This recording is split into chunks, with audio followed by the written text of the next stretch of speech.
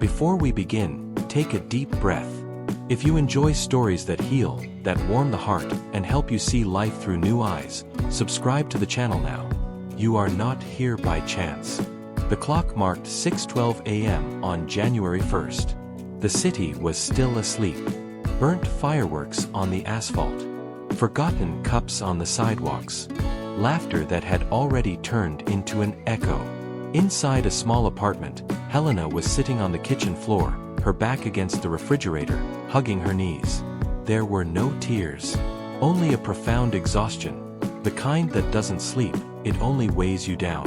She slowly ran her hand over her face, feeling the cold skin.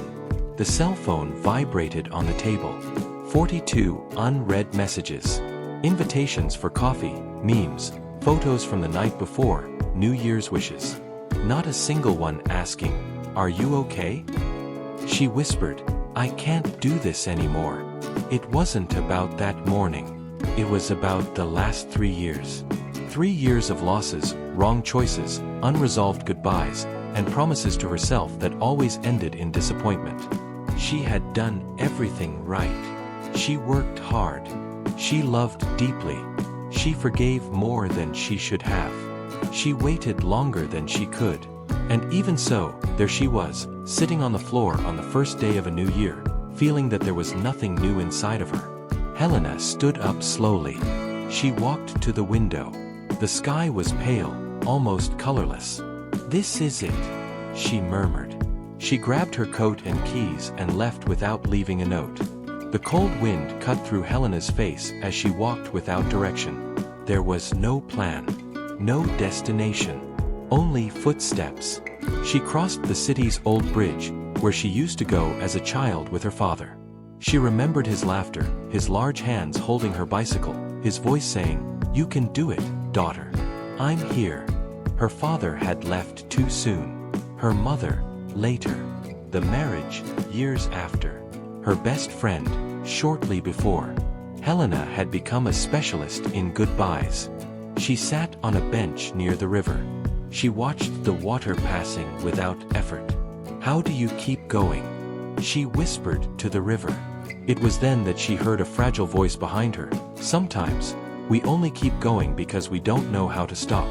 It was an elderly man, white hair, a worn-out coat, holding a bag of bread. He sat beside her without asking permission. "First time here this year?" he asked. Helena nodded. "It's mine too. And look, I actually thought about not making it here today." She felt her heart tighten. "Me too." They stayed in silence. Then the man said, "Do you know what saved me when I thought it was over?" "What?" "Someone asked me what I could still offer to the world, instead of what the world owed me." Those words hit like a gentle blow. Helena took a deep breath. "And did you find an answer?" "I'm still finding it, every day." Helena returned home with those words echoing. She found an old box under the bed. Letters from her father. Childhood photos. Her wedding dress. She sat on the living room floor and spread everything around her. Each object was a memory, and each memory, a choice. She picked up a letter from her father, never opened. "If one day you feel lost, remember, you were not created to give up." The tears came. Not from despair. From recognition. She realized she had spent years surviving, but not living. The phone rang at 3:27 p.m. Helena almost didn't answer. The number was unknown, and on that day, everything inside her begged for silence. Even so, she answered. "Hello. Good afternoon, Helena. This is the reception from St. Luke's Community Hospital. Mrs. Marta gave your name as a trusted contact. She is starting chemotherapy today and has no one to accompany her." Helena frowned. "Mrs. Marta, my neighbor?" "Yes. She mentioned that you two spoke a few times. She said you are a calm person." Helena remained silent for a few seconds. She remembered Mrs. Marta, a lady of short steps, always carrying bags too heavy for her fragile body. They had never been close. Just greetings in the elevator, A conversation here and there about the weather, the noise of the street, the loneliness of Sundays. "Can you come?" the attendant asked, in a tone that already seemed tired of so many rejections. Helena looked at the clock, looked at the coat thrown on the sofa, at the cup of cold coffee, at the sunless window. Inside her, an old voice, the one that had learned to be quiet, tried to say no.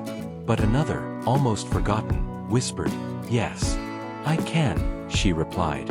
The hospital smelled of alcohol, coffee, and fear. Fear accumulated in every hallway. Mrs. Marta was sitting, hands on her lap, eyes fixed on an invisible point. "I thought you wouldn't come," she said, when she saw Helena. "I did too," Helena replied with a half-smile. And she sat down beside her. The chemotherapy began. Helena stayed. She didn't ask unnecessary questions. She didn't try to console her with empty phrases. She just stayed. Mrs. Marta began to talk.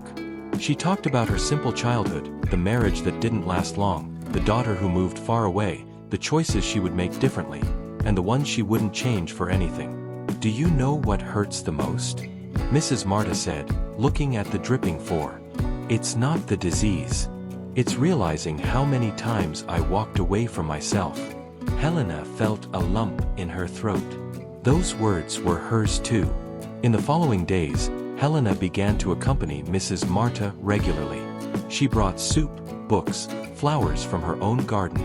She learned the names of the nurses, the rhythm of the hallways, the silence of the waiting rooms. And, without realizing it, she began to belong somewhere again. On a rainy night, Helena spread blank sheets of paper across the table. She wrote to her ex-husband, "I blamed you for years for things that I now realize were also mine." She wrote to her mother, "I miss what we were, and what we never managed to be." She wrote to herself, "You did the best you could with the pain you had." She read it all out loud. Not to forget, but to let go. When she finished, she folded the letters and put them in a box. She wouldn't send them. But inside her, something was finally delivered. Mrs. Marta's condition worsened quickly. The days grew slower. Words grew rarer. On a rainy afternoon, Helena held her hand for hours. "You saved my last months," Mrs. Marta whispered. "You saved mine," Helena replied, crying. In the early hours of that morning, Mrs. Marta passed away. Helena felt the pain pierce her chest. But for the first time, she was not alone inside her own sadness. After the funeral, Helena didn't go home immediately. She went to the hospital. She asked about volunteering. She started the following week, listening to stories, holding hands, walking beside those who were afraid. Helena discovered she couldn't save anyone, but she could stay, and that was enough. On December 31st, Helena returned to the bridge. The river remained the same. She did not. She looked at the sky and whispered, "I almost gave up, but I stayed." And staying changed everything. She didn't have all the answers, but she had purpose, and that was enough. Sometimes, a miracle isn't something grand. It's simply not walking away when everything in us wants to run. If this story touched your heart, perhaps it can also touch the heart of someone you love. Subscribe to the channel. Leave a comment saying what you felt, or which part you recognized yourself in. And share this story with someone who is in need of hope. You are not alone. And perhaps, today is your January 1st as well.